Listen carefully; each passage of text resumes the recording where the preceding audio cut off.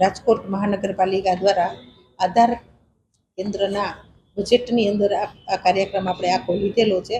Ward number 1 થી 18 જે ward ઓફિસની અંદર લોકોને કોર્પોરેશનમાં ધક્કા ન ખાવા પડે અને સમય પણ બચે અને ઝડપથી કામ થાય તેના માટે થઈને દરેક વોર્ડની અંદર વોર્ડ ઓફિસમાં આધાર કેન્દ્રની સેન્ટરો ચાલુ કરેલા હતા.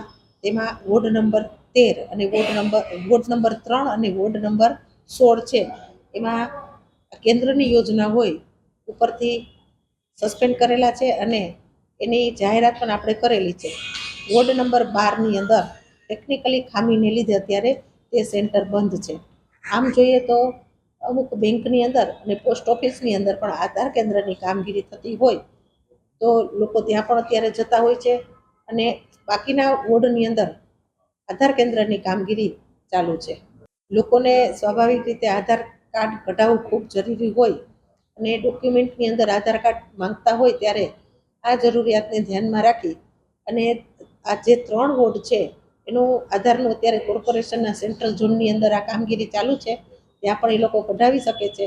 પણ પૂછપરછના અંતે હું જાણી લઉં કે ભાઈ આ 3 વોર્ડ છે એને નજીકના કોઈ વોર્ડ લાગુ પડતા હોય અને તો ત્યાં જઈ શકે છે કે કેમ. બીજું, આ 3 વોર્ડમાં ઝડપથી કામગીરી ચાલુ થાય એની રજૂઆત પણ અમે સરકારમાં કરેલી છે કે ઝડપથી કામ થાય તો લોકોના આધાર કાર્ડ ઝડપથી નીકળે અને લોકોને જે હાલાકી ભોગવવી પડે છે તેમાં રાહત મળે.